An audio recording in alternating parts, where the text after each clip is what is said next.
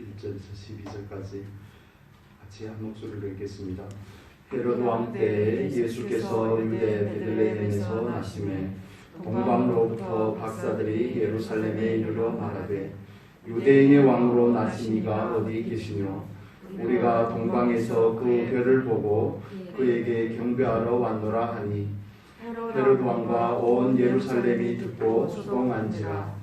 왕이 모든 대제사장과 백성의 서기관들을 모아 그리스도가 어디서 나겠느냐 물으니 가로되 유대 베들레헴이 오니 이는 선지자로 이렇게 기록된 바 또 유대 땅 베들레헴아 너는 유대 거울 중에 가장 작지 아니하도다. 내게서 한 다스리는 자가 나와서 내 백성 이스라엘의 목자가 되리라 하였음이니이다. 이에 헤롯이 가만히 박사들을 불러 별이 나타난 때를 자세히 묻고 베들레헴으로 보내며 이르되 가서 아기에 대하여 자세히 알아보고 찾거든 내게 보하여 나도 가서 그에게 경배하게 하라. 박사들이 왕의 말을 듣고 갈새 동방에서 보던 그 별이 문득 앞서 인도하여 가다가 아기 있는 곳 위에 머물러 섰는지라. 저희가 별을 보고 가장 크게 기뻐하고 기뻐하더라.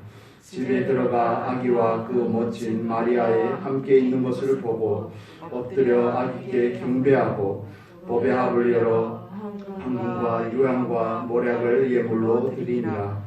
꿈에 헤롯에게로 돌아가지 말라 지시하심을 받아 다른 길로 고국에 돌아다니라. 아멘. 이 말씀은 보통 성탄절 때 많이 나누는 말씀인데 사실 예수님께서 우리가 오늘날의 교회에서는 보통 절기 이야기가 나왔으니까 드리는 말씀인데 보통 부활절과 성탄절에 관심이 많죠. 그런데 사실은 교회에는 여러 가지 절기가 있습니다. 예수님이 오기 전부터 대림절부터 시작해서 성탄절 또 우리가 지금 지내고 있는 뭐죠? 사순절, 그 다음에 성령 강림절, 주현절 이렇게 많거든요. 근데 우리는 그냥 부활과 성탄에만 너무 초점을 맞추고 있는 것은 아닌가.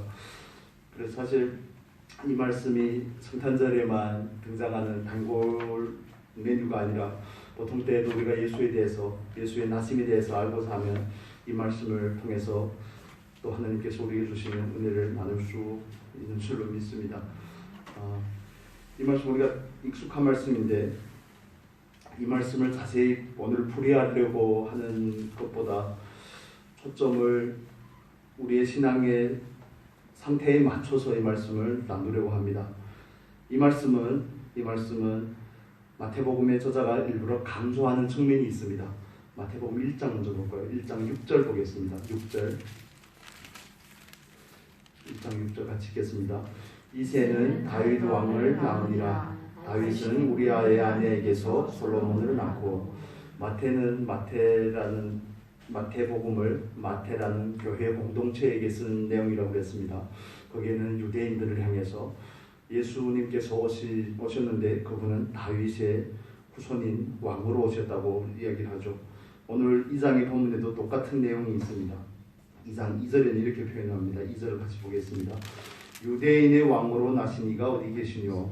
우리가 동방에서 그의 별을 보고 그에게 경배하러 왔노라 하니. 마태는 2장에서 동방에서 온 동방의 박사들이라고 그러죠. 우리 성경에는 박사라고 표현이 되는데 근데 이거는 마고스라는 단어입니다. 점성술사, 마술사, 이런 사제 이런 여러 가지 의미를 가지고 있는데 이 사람들은 천문학을 연구하는 사람들로 우리가 이해할 수 있습니다. 별자리를 보면 점을 치는 사람들이다 이렇게까지 하는 것은 조금 비약한 내용일 수 있는데 여기서는 이방인이라는 것은 확실합니다. 동방에서 왔다고 그러죠. 동방에서 왔다고 그러는 것은 보통 오늘날의 바빌론, 오늘날의 이라크 아니면 이란 그쪽에서 예루살렘으로 온 겁니다. 동방의 박사는 몇 명이 있죠? 우리가 그 포스터에 너무 익숙해서 황금과 유향과 모략을 드렸기 때문에 3명이라고 단정을 하는데 이 사람들은 오늘날로 말하면 거의 장관급의 사람들입니다. 구약 출애굽기에도 보면 출애굽기에서 모세가 바로에게 갔을 때 바로가 술객들을 부르죠. 그러니까 지금 대통령으로 당선되신 분이 그분이 멘토가 있죠. 이상한 멘토가 있죠. 그런 느낌인 겁니다. 이분들은 그때 시대 때도 뭐 사제, 오늘날에 말하면 고문 역할을 하는 그런 사람들입니다. 굉장히 높은 직급과 레벨을 가지고 있고 높은 신분을 가진 사람들인데 별을 연구하는 사람들이라고 우리가 이해할 수 있습니다. 그런데 이들은 별을 통해서 메시아가 온다는 것을 알게 되었는데 그걸 어떻게 알았을까요?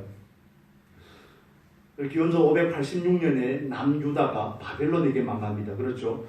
다윗의 아들 솔로몬이 때에 와서 솔로몬까지는 통일된 이스라엘이었다가 솔로몬의 아들 르호보암 때에는 북이스라엘과 남유다로 나눠집니다. 북이스라엘은 10개의 지파고 남유다는 2개의 지파죠. 유다 지파, 베냐민 지파 2개의 지파로 나누어지는데 북이스라엘은 일관되게 하나님을 섬기지 않다가 722년에 망합니다. 먼저 아수르라는 나라에 망하고 그 다음에 좀 더 시간이 지나서 기원전 586년이죠. 그때 바벨론의 1차 포로, 2차 포로, 3차까지 하면서 마지막에 결국에 망하게 됩니다. 그래서 이 사람들이 바벨론 유수라고 그러죠. 바벨론으로 포로로 가서 70년이라는 시간 동안 거기에 있습니다. 바벨론이라는 나라가 망하고 그 다음에 나타난 나라가 고레스라는 왕이 세운 페르시아라는 나라입니다. 오늘날이 이란이죠. 페르시아의 메데라고도 그러고 바사라고 그러고 같은 두 나라가 연달아서 통치를 한 겁니다. 그래서 페르시아 왕이 고레스 때에 칙령을 발표해서 포로로 되었던 이스라엘 백성들을 고국으로 귀환하게 합니다. 그게 우리가 구약의 역사서에서 나오는 에스라, 느헤미야 그 이야기들이죠. 성전을 짓게 하고 그 이야기들이 이렇게 나옵니다. 그런데 바벨론으로 포로로 갔던 사람들 중에서 일부가 거기에 남아 있었던 것으로 이해를 합니다. 많은 사람들이. 그래서 이 사람들이 오늘 본문에 등장하는 이 박사들이 별을 연구하면서 별을 통하여서 메시아가 온다는 데 대한 어느 정도의 선제적인 지식은 가지고 있는 걸로 이해가 됩니다. 민수기 같이 볼까요? 민수기 24장 보겠습니다.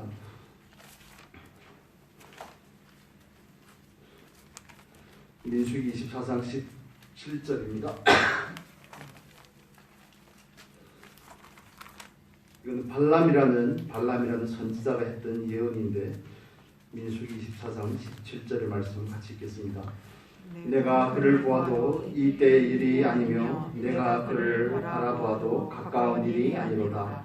한 별이 야곱에게서 나오며 한 홀이 이스라엘에게서 일어나서 모압을 이편에서 저편까지 쳐서 파하고 또 소동하는 자식들을 다 멸하리로다. 여기서 나오죠. 한 별이 어디에서 나온다고요? 야곱에게서 나오며 한 홀이, 이건 예수 그리스도에 대한 예언입니다. 우리가 계시록 22장 16절의 말씀 보겠습니다. 여기도 별에 대한 내용이 나오죠. 요한계시록 22장 16절입니다. 같이 읽겠습니다. 16절. 나 예수는 교회들을 위하여 내 사자를 보내어 이것들을 너희에게 증거하게 하였노라. 나는 다윗의 뿌리요 자손이니 곧 광명한 새벽별이라 하시더라. 아멘. 구약민수기 24장 17절에 하나님께서 발람이라는 이방 선지자를 통해서 이스라엘의 야곱에게서 한 별이 나온다고 말하죠. 한 별이 나온다고 말하고 요한계시록 22장 16절에서도 예수님께서 나 예수는 다윗의 뿌리요 뭐라고요? 광명한 새벽별이요. 우리가 이사야서 14장을 나누면서 계명성이라고 그럴 때 그것도 그때 말하는 그 계명성은 예수가 아니라 누구죠? 사단을 말하는 의미 상징하는 겁니다. 근데 별이지만 그런 의미가 다른 것입니다. 이 사람들은 바벨론, 예루살렘을 기준으로 했을 때 동방이니까 바벨론이나 뭐 이쪽 아라비아 그쪽 지역인 걸로 이해가 됩니다. 그런데 그 사람들이 거기에서 별에 대한 어느 정도의 선제적인 지식을 가지고 있고 별을 연구하다가 그 별이 유대의 왕으로 오실 분임을 그들이 깨닫게 된 겁니다. 그래서 그들이 헤롯에게 와서 예루살렘에 이르러서 물어본 질문이 있죠. 2절에 보면 유대의 왕으로, 유대인의 왕입니다. 유대의 왕이 아니고 유대인의 왕입니다. 유대인의 왕. 별을 보고 왔는데 유대인의 왕을 찾습니다. 즉 그 별이 유대인의 왕이라는 거죠. 그때 당시에 유대라는 그 땅은 유대는 헤롯이 왕입니다. 헤롯은 에서의 후손입니다. 에돔족 쪽입니다. 그런데 정치적으로 줄을 잘 서서 어떻게 이스라엘의 유대의 왕이 되어서 이스라엘 백성을 다스리게 되었는데 박사들이 와서 물어볼 때 유대인의 왕이라고 하니까 헤롯은 자기의 통치가 불안해지는 겁니다. 여러분 이해가 되십니까? 이방인이었던 헤롯이 다스리고 있는데 그때 나이가 한 70세가 되었다고 합니다. 통치의 마지막입니다. 그는 정치적인 센스가 엄청 있는 사람이고 자기의 왕권을 위해서 자기의 왕위를 위해서는 그 어떤 학살도 마다하지 않는 굉장히 잔혹한 인간입니다. 자기 아들 아내까지도 다 죽이는 그런 사람인데 박사들이 와서 유대인의 왕에 대해서 물어보니 그는 마음이 3절에서 말하는 것처럼 헤롯 왕과 온 예루살렘이 듣고 어떻다고요? 소동했다. 여기서 소동했다는 표현은 뒤흔들리다, 선동하다, 어지러워지다 이런 표현을 사용합니다. 저 오늘 마태가 여기 말씀에서 강조하고 하는 것은 동방으로부터 온 박사들과 예루살렘에 있는 대제사장들과 누구를 비교하냐면 서기관들에 대해서 그리고 헤롯에 대해서 비교를 하는 겁니다. 성경에서 동방이라는 의미는 동쪽이라는 의미는 저주의 자리를 동쪽이라고 그럽니다. 에덴에서 쫓겨났을 때 어디로 가죠? 동쪽으로 갑니다. 가인이 하나님을 떠나 어디로 가죠? 주일날에 나눴죠. 동쪽으로 갑니다. 노 땅으로 가죠. 그게 단지 지리적인 위치로만 있는 게 아닙니다. 출애굽기를 이제 우리 후에 기회가 되면 성막에 대해서 나눌 텐데 성막의 문이 어느 쪽으로 향해 있죠? 동쪽을 향해 있습니다. 그래서 문은 예수 그리스도를 상징을 하는데 동쪽에서 서쪽으로 들어가는 겁니다. 이스라엘 백성도 애굽에서 나와서 광야에서 또 한 40년 유리하다가 동쪽에서 요단을 건너서 서쪽으로 들어가는 겁니다. 이해가 되십니까?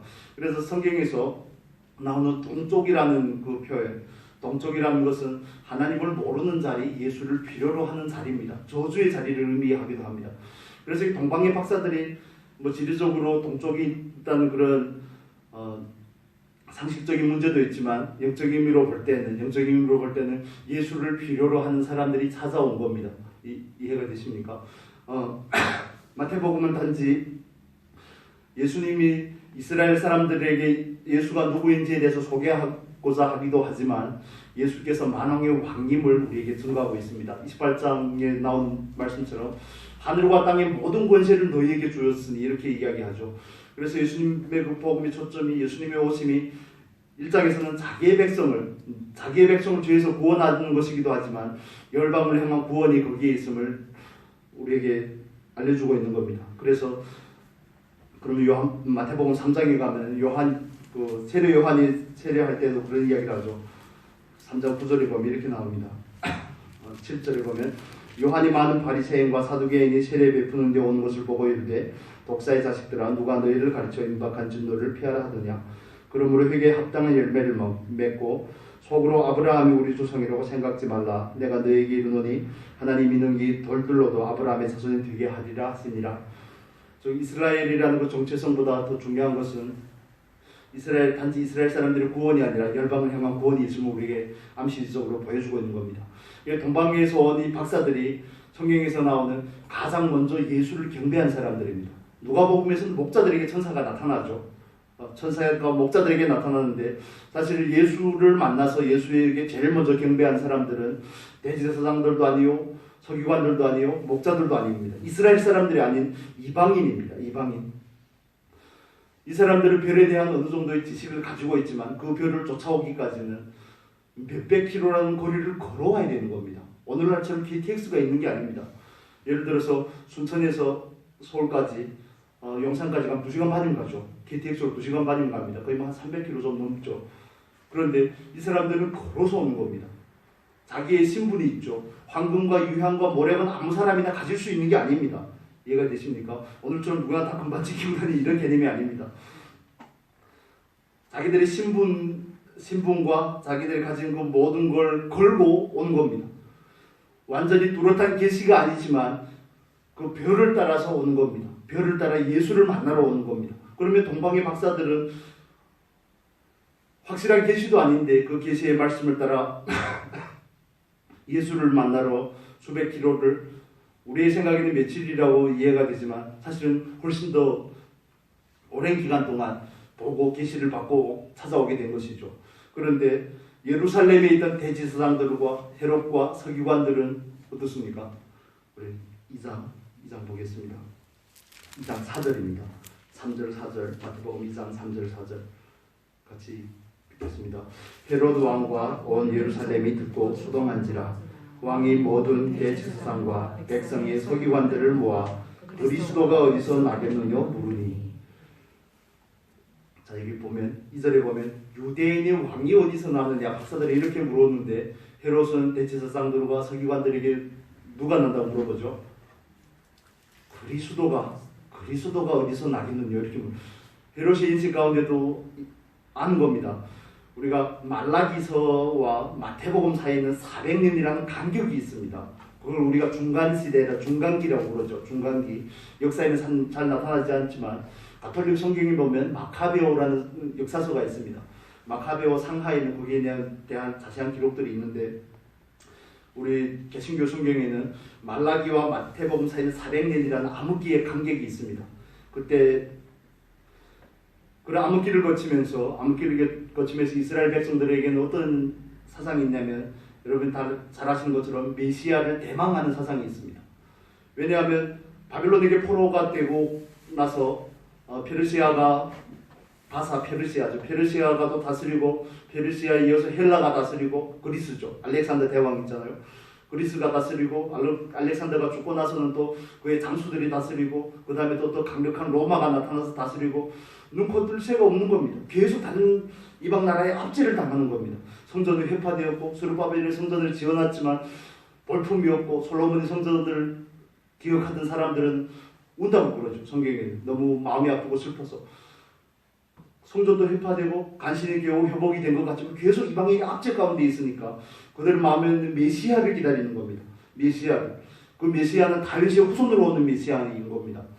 사무엘하 7장에서 하나님께서 다윗에게 약속한 다윗의 뿌리로 오실 그 메시아가 오면 로마고 뭐고 다 뒤집어 박살을 내고 이제는 또 온전한 나라를 세우겠다는 그런 메시아를 대망하는 그런 사상이 그들 가운데 있는 겁니다. 그래서 헤롯이 물어보는 그 말 가운데 힌트가 있죠. 그리스도가 어디서 오냐? 그리스도라는 것은 헬라어로 그리스도죠. 유대말로는 히브리어로는 메시아입니다. 메시아 그리스도 같은 뜻이죠. 그래 그들이 메시아를 기다리고 있는데 헤롯도 아는 겁니다. 유대인의 왕으로 올 사람이 누구라고요? 그리스도라는 것을 알고 있는 겁니다. 헤롯이 물어보니까 2장 5절에 보면 대지사장과 백성의 서기관들이 뭐라고 합니까? 가로되 유대 베들레헴이오니 이는 선지자로 이렇게 기록된 바 또 유대 땅 베들레헴 하는 유대 고을 중에 가장 작지 아니하도다. 내게서 한 다스리는 자가 나와서 내 백성 이스라엘의 목자가 되리라 하였음이니이다. 물어보니까 바로 나오는 겁니다. 그리스도에 대한 지식이 있는 거죠. 바로 구약 성경에는 미가서 5장 2절의 말씀 그냥 바로 꺼내서 사용을 하는 겁니다. 미가서 5장 2절과 사무엘하 5장 2절의 말씀을 같이 섞어서 이야기를 하는 겁니다. 내게서 한 다스리는 자가 나오고 그 다스리는 자가 누구라고요? 그리스도요. 유대인이 왕으로 올 사람이요. 그 사람이 이스라엘의 목자가 되리라. 그 이야기를 하는 겁니다. 자, 우리 대지사장과 서기관들 헤롯 여기가 한 팀입니다. 그리고 박사들이 한 팀입니다. 이 사람들은 완전히 뚜렷한 계시가 아니지만 자기들이 알고 있는 일말의 지식과 별에 대한 어느 정도의 지식을 가지고 너무 확실한 계시가 아니지만 그 별을 따라서 유대인의 왕으로 오실 그분, 그 메시아를 만나러 많은 대가를 치르면서 예수를 만나러 옵니다. 그런데 이 양반들은요, 이쪽 팀들은 바로 압니다. 어디서 날지도 압니다. 예루살렘에서 베들레헴까지는 거리가 8km에서 10km 정도라고 그럽니다. 8km에서 10km면 걸으면 빠른 걸음으로 걸으면 1시간 40분 걸립니다. 10분에 1km씩 걸린다고 생각하면 1시간 40분 제가 걸어보니까 그러더라고요. 2시간이면 갈 거리인데 뻔히 아는데 자기들은 안 갑니다. 지식이 뭔 소용이 있냐고요. 구약 성경을 그렇게 빠삭하게 하는 게 뭔 소용이 있냐고. 그리스도가 어디서 나고 그리스도가 나와서 뭔 일을 하며 그게 뭔 소용이 있습니까? 지식이 실제와 결부되지 않는데, 지식은 지식이고 삶은 삶이 따로인데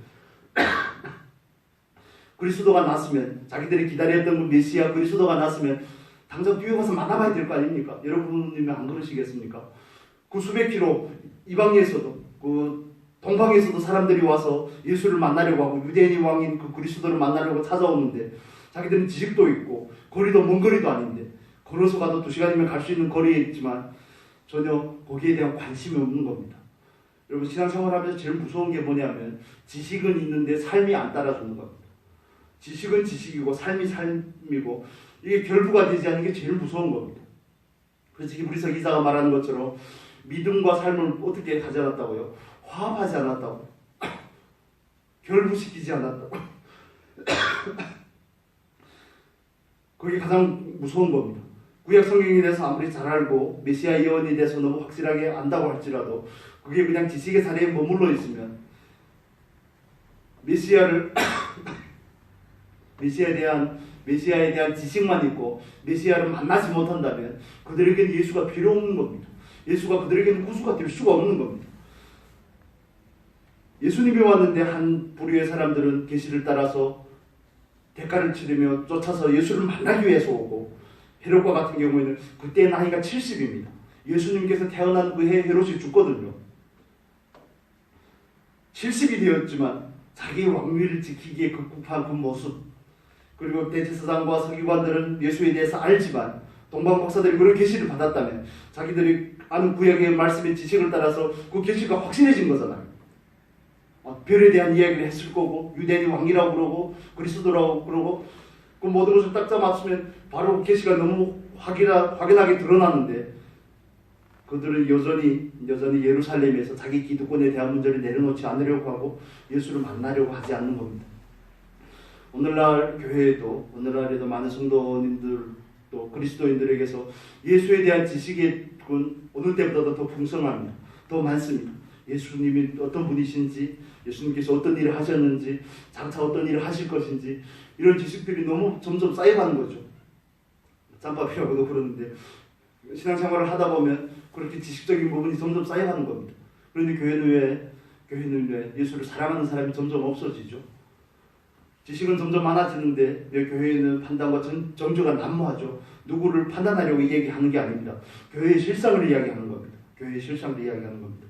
왜 예수에 대한 지식, 말씀에 대한 지식, 그렇게 많은 성경 공부며 그렇게 많은 제자 훈련이며 그런 것들이 있는데 삶과의 괴리는 점점 더 멀어지고, 코로나 사태가 오고 나서 저희 동기들이 광주에 나그런 큰 교회에서 부목사님을 섬기는 분들이 많거든요.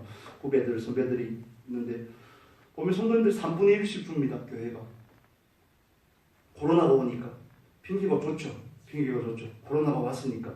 그때는 정부 정책도 그랬지만 그게 차라리 핑계가 되어서 아예 신방을 하려고 전화를 해도 통화도 안 되고 교회도 안 나오고 설득도 안 되고 그러면서 그렇게 떨어진 사람들이 3분의 1, 어떤 교회는 거의 절반 가까이. 표면적으로는 교회 다니는 사람이 많습니다. 표면적으로는 예수가 누군지 지식적으로 아는 사람은 점점 많아지고 그 지식의 내용도 점점 더 풍성해집니다. 그런데 과연 예수를 만났냐고 말이죠. 과연 예수를 만나기 위해서 뭔가를 했냐고 말이죠. 우리가 가지고 있는 지식은 삶으로 증명이 되어야 되는 겁니다. 우리가 가지고 있는 지식은 삶과 결부가 되어야 되는 겁니다. 삶으로 옮겨져야 되는 겁니다. 그래서 마태복음에서 행함에 대한 문제를 굉장히 많이 강조하죠. 마태복음 7장 보겠습니다. 7장 21절, 우리가 잘 아는 말씀이죠.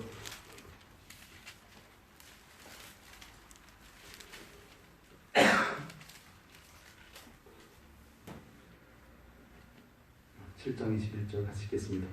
나더러 주여 주여 하는 자마다 천국에 다 들어갈 것이 아니요 다만 하늘에 계신 내 아버지의 뜻대로 행하는 자라야 들어가리라.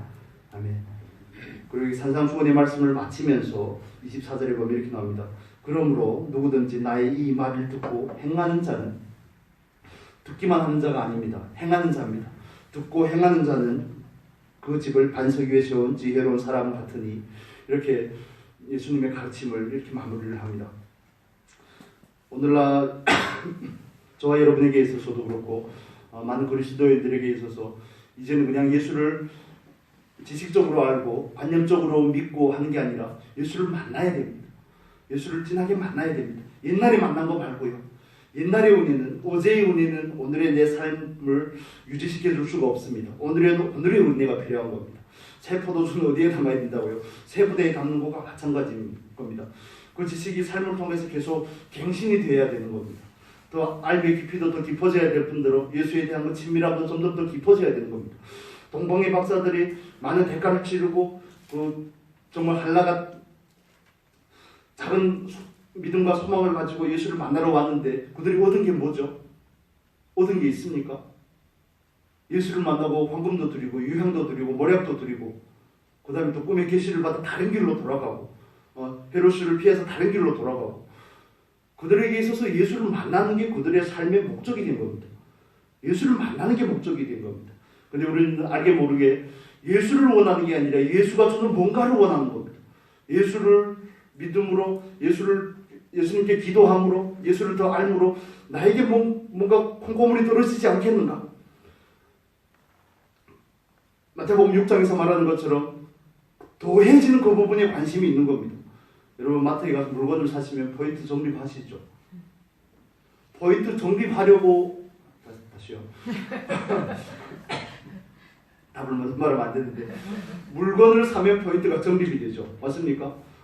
주유카드도 그러더라고요. 주유하면서 GS에 가면 그 카드를 넣으면 포인트가 적립이 됩니다. 물건을 사면 포인트가 적립이 되죠. 포인트를 일부러 적립하려고 기름 막 써버리고 그 다음에 주유한 사람이 있습니까? 물건 사는 사람이 있습니까? 이게 주객이 전도됐다 그러죠. 이런 걸. 본질과 현상이 완전히 뒤바뀐 겁니다. 않고 없는 찐빵이 된 겁니다. 우리는 예수를 항상 필요하다고 그러는데 나를 위해 예수가 필요하다 그러는 겁니다. 아니요, 그러지 않습니다. 예수를 위해 예수가 필요한 겁니다. 예수를 만나는 게 목적인 겁니다. 동방에서 온 그 박사들은 예수를 만나고 자기가 가지고 있는 걸 다 드린 겁니다. 시간도 드리고 정력도 드리고 대가를 치르고 황금과 유황과 모략과 모든 걸 드리고 성경에 보면 이렇게 표현합니다. 10절 보겠습니다. 2장 10절.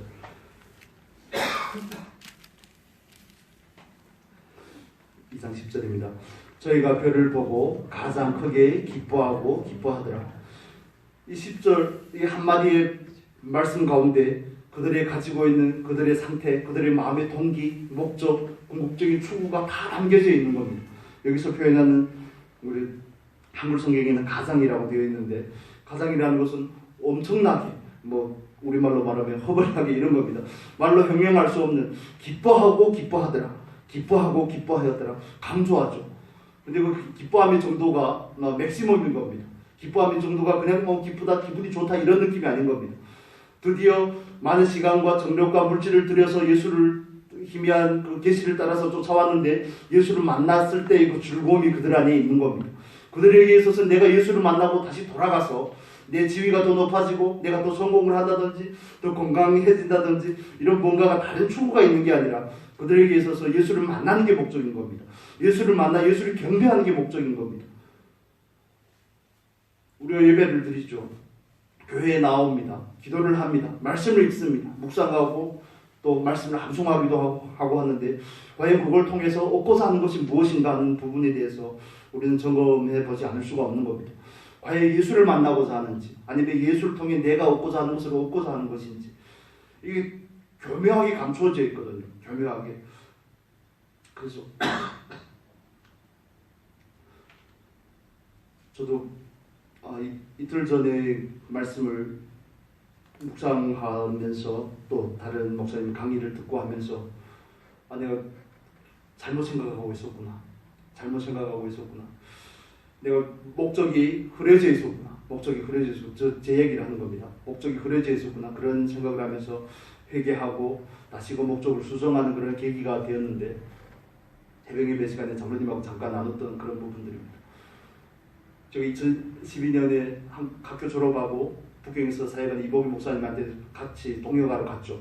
거기가 사역하면서 같이 사역하다가 또 1년 반 정도 지나서 나와서 단독으로 이렇게 하면서 그 사역에 대한 거 쭉 살펴보니 가정교회를 하면서 북경에서 가정교회를 하다가 연태 와서 또 신학교를 하고 하면서 쭉 지켜보니까 제가 관심을 가졌던 건 예수님에게 관심이 있은 적이 없더라고요. 예수님에게 관심이 있는 게 아니라 예수님과 나와의 관계, 말로는 그렇게 하는데 예수님과의 관계에 있으면 소망이나 궁궐이나 상황이 어떻게 돌아가든지 항상 마음이 기뻐야 될 거 아니에요. 이 양반들처럼.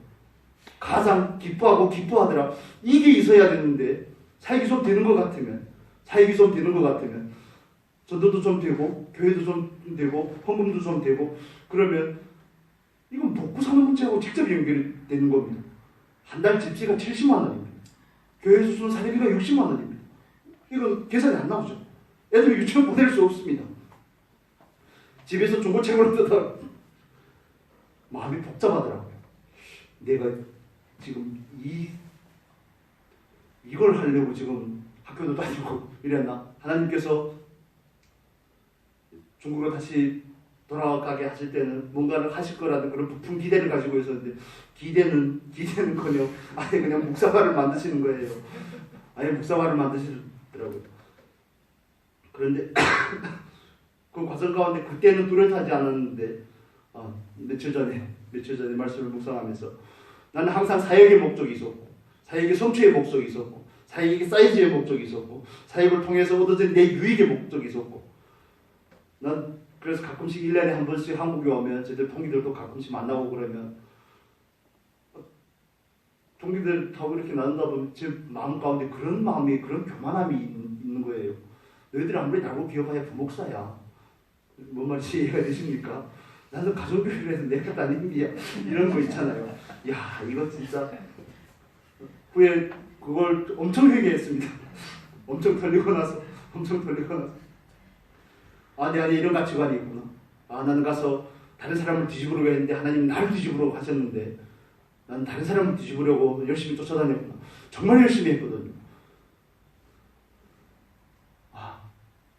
그 열심히 한 정도는 저를 자랑하려고 하는 것이 아니라 정말 근데 그 열심히 궁극적인 목적이 뭐였냐를 다시 물어보면 부끄러움이 앞서는 겁니다. 예수가 목적이 아니었던 겁니다. 사역이 목적이었습니다. 사역이 커지는 게 목적이었습니다. 사역을 어떻게 더 잘할 것인지 어떻게 더 많은 사람에게 말로는 예수를 전하죠. 예수를 전하는 건 맞는데 왜 전해야 되며 그 사람들이 우리 교회를 오면 나에게 뭔 유익이 있으며 이런 복합적인 것들은 그냥 덮어두고 그냥 사역의 사이즈에만 초점을 맞춘 거죠. 나를 통해서 이루어지는 그 결과들에 대해서 열심히 하면 어느 정도의 결과는 있습니다. 그런데 그게 과연 하나님께서 기뻐하시는 것일까요? 신학교를 하면서 하루에 9시간씩 강의를 합니다. 월요일부터 목요일까지 합니다. 집에 오면 아예 녹초가 됩니다. 월요일날 새벽에 운전하고 7시간 운전하고 갑니다. 기차 타고 다니면 그 기록이 다 남으니까요. 기록이 다 남고 해서 기차 탈 때도 아이디카드, 신분증을 가지고 타야 되니까 기록이 남기 때문에 운전을 하고 갑니다. 7시간 운전을 하고 가서 월요일 저녁에부터 시작해서 강의를 합니다. 하루에 9시간. 아침, 점심, 저녁까지 주야간으로 해서 그렇게 사역을 하고 그런데 그런 결과들에 너무 치우치는 그런 모습들이 보이니까 참 부끄럽기도 하고 나는 먼 길을 쫓아서 예수를 만나러 와서 자기가 가지고 있는 것을 드렸던 이 양반들에 비하면 아무것도 아니었구나. 뭐 공부를 학교를 다니고 목사 안수를 받고 이런 게 과연 어떤 의미가 있을까? 내가 추구하는 것은 무엇인가? 여러분이 추구하는 것은 무엇입니까? 예수를 통해 얻어지는 뭔가인가요? 아니면 예수님이신가요? 그래서 목회자들 사이에는 그런 이야기를 합니다. 목회 은퇴하고 나면 허전해진다고. 왜 허전해질까?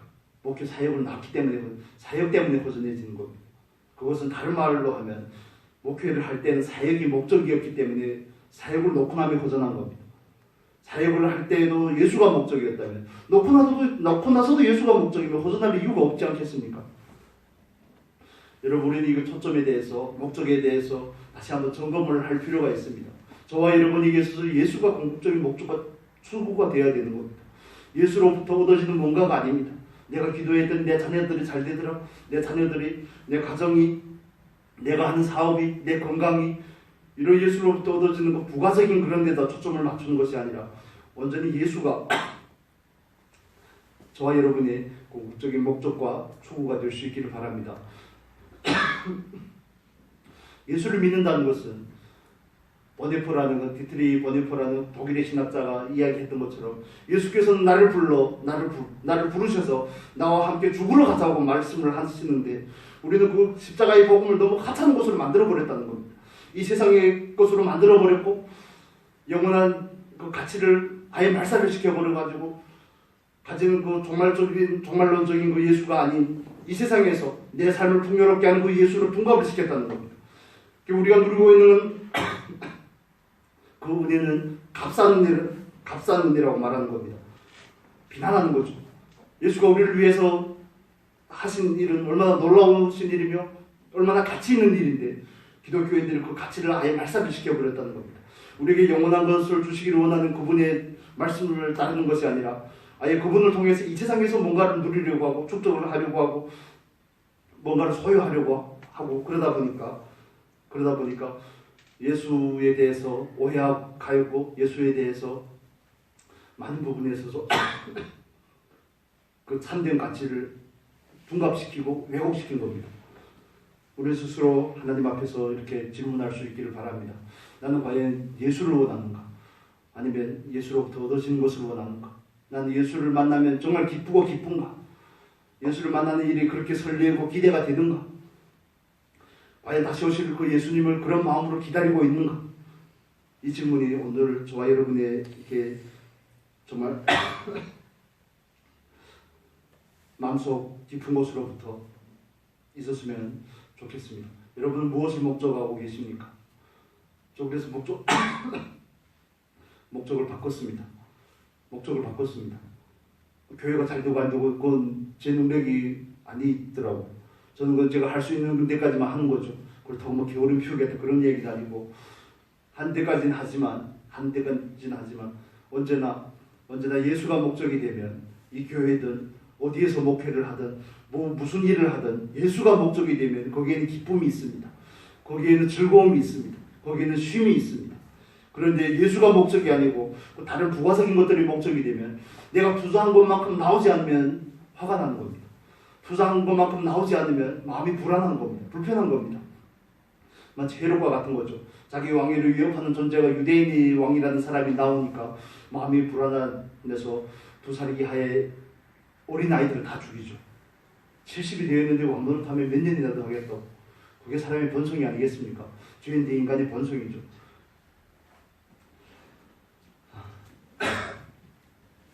이 말씀 오늘 우리가 나눌 말씀을 통해서 다른 더 부가적인 설명을 하려고 하는 것보다 과연 우리는 무엇을 원하는지, 과연 예수를 원하는지, 과연 예수가 내 삶의 궁극적인 종착지가 되어 있고 궁극적인 목적이 되어 있는지.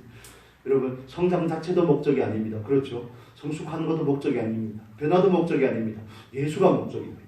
예수와 바른 관계를 가지면 그건 얻어지는 부산물들입니다. 그걸 얻고자 예수를 가까이 하는 것은 목적과 동기가 순수하지 않은 겁니다. 하나님을 가까이 하는 것이 저와 여러분이 해야 될 일입니다. 예수를 쫓아가는 삶에는 대가를 요구합니다. 예수를 쫓아가는 삶에는 시간과 정력과, 그래서 우리가 그 뿌리 깊은 영성 그 책에도 보면 좋은 그리스도인들이 그렇게 쉽지 않다고 얘기합니다. 기독교 역사를 봐도 그렇고 그냥 날로 먹으려는 그리스도인들은 좋은 그리스도인이 없다는 겁니다. 정말 많은 대가를 치릅니다. 말씀이 내 것이 되기 위해서 그 사망에서 혼자 독고하면서 수련하던 그런 사람들, 안토니우스라든지 그런 영적인 거장들의 삶을 보면 정말 놀라운 부분들이 정말 많습니다. 그리고 그들은 그런 대가를 치르면서 정말 예수를 얻고자 한 필생 모든 삶을 걸고 내던지고 예수를 쫓아갔는데, 우리는 예수를 쫓아가기보다는 예수에게서 얻어내는 데 좀 더 관심이 있지 않은가 하는 그런 생각이 많이 듭니다. 1차적으로는 제 얘기입니다. 여러분 스스로에게 적용을 하셔서 살펴보는 그런 은혜가 있으면 좋겠습니다. 예수를 만나는 게 목적이고요. 예수를 만난다면 우리를 드리는 게 목적입니다. 가장 귀한 거 드렸잖아요. 유향과 황금과 모략을 드렸잖아요. 우리가 뭐 여기에서 황금의 의미는 예수가 왕님을 의미하고, 유향은 제사장님을, 혹은 또 모략은 선지자를 그리스도의 삼중직이라고도 이야기하기도 하고, 또 황금은 왕이고 예수는 왕이라는 것을 의미하고 또 유향은 예수의 신성, 예수의 하나님 되심, 그리고 모략은 예수의 십자가의 죽음, 육신 되심을 의미한다고. 그 의미를 아는 것보다 더 중요한 것은 동방박사들은 예수를 만나는 게 목적이었고, 만나는 것을 기쁨으로 여겼고, 만나는 목적이 경배하기 위함이었고, 만나는 목적이 뭔가를 드리기 위함이었습니다. 우리는 예수를 통해서 뭘 얻어내는데 좀 너무 익숙한 것 같습니다. 이거는 제가 미국을 싫어하고 그런 게 아니라, 미국에서 들어온 그런 신학적인 영향을 받아서 그렇습니다. 한국 교회는 오롯이 미국으로부터 영향을 많이 받습니다. 그러다 보니까 신학적인 가치라든지 아니면 교회의 추구라든지 교회가 가지는 그런 가치관들이 많이 왜곡이 됩니다.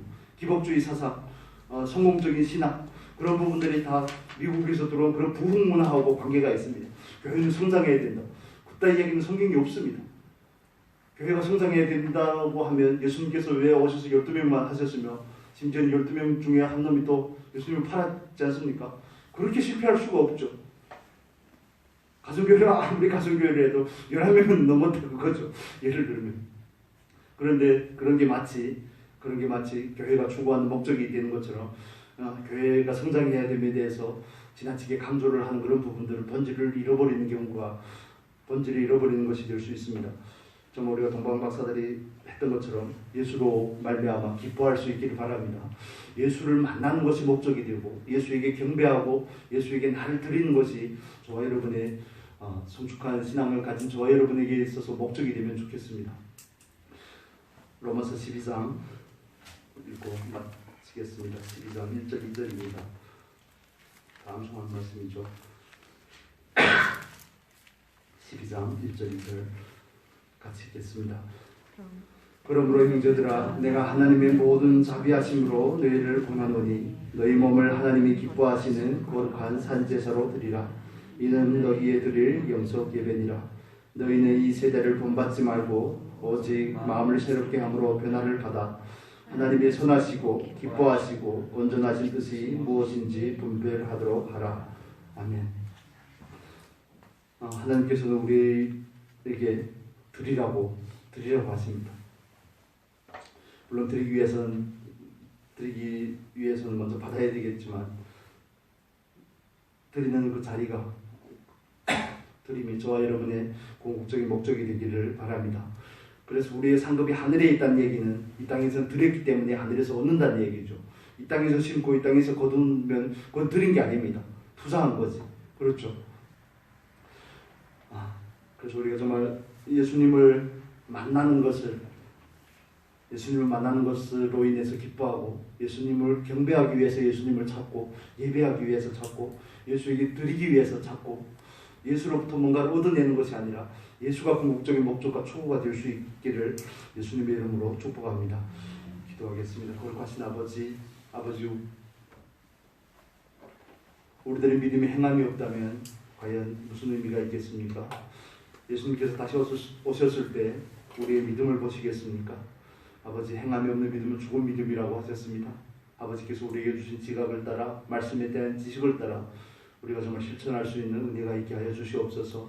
내 말을 듣고 행하는 자는 마치 반석 위에 집을 지은 사람과 같다고 말씀하셨습니다. 주여 주여 하는 자가 아니라 주의 뜻대로 행하는 우리가 될 수 있도록 은혜를 다하여 주옵소서.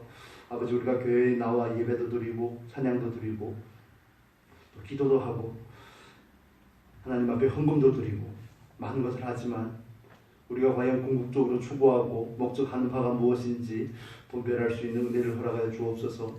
마치 동방의 박사들이 그랬던 것처럼 그들의 지식을 따라 행하였고 그 궁극적인 목적은 예수를 만나서 경배하는 것이었고 예수를 만나서 기뻐하는 것이었고 예수님을 만나서 예수님께 자기들이 가진 가장 귀한 것을 드리는 것이었습니다.